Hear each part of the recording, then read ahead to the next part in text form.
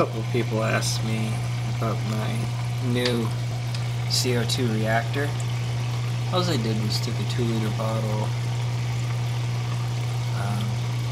At the top there, I drilled a small hole.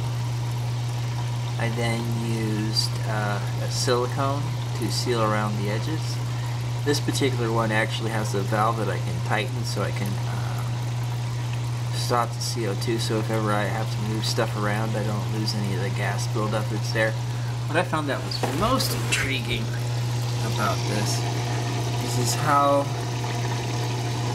the little areas where the bubbles are forming in the corners directly reflect the little bumps at the bottom. I just found that a little interesting.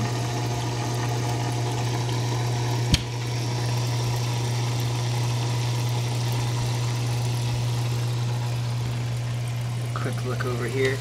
Here's my UV light. Got my backlight on because I was doing some maintenance earlier.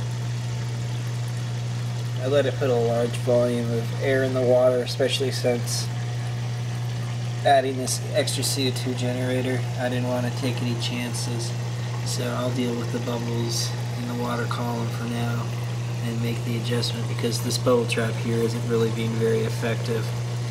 In my next sump, I think I'm going to completely do away with the bubble trap because in freshwater tanks it's not as effective, I don't think, or necessary. Plus there's a couple things you can do probably help that.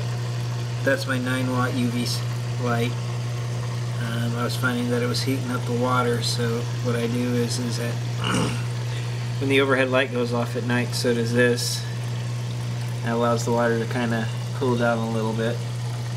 And then in the morning when the lights kick on, they go back. My bio balls completely covered with great bio growth. With the reflection of the camera there, unfortunately. Have great cover. Only really have to do maintenance with the filter pad floss up here about maybe once a month. I use a pre-filter. I'll show you in my overflow box. This does a couple things. That pre-filter there is nothing more than just a bit of floss there, and that helps collect a lot of the bigger debris.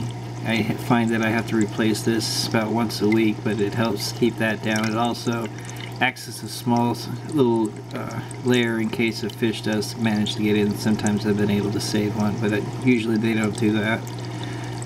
Also it helps deafen the sound of falling water so it doesn't sound so ridiculous.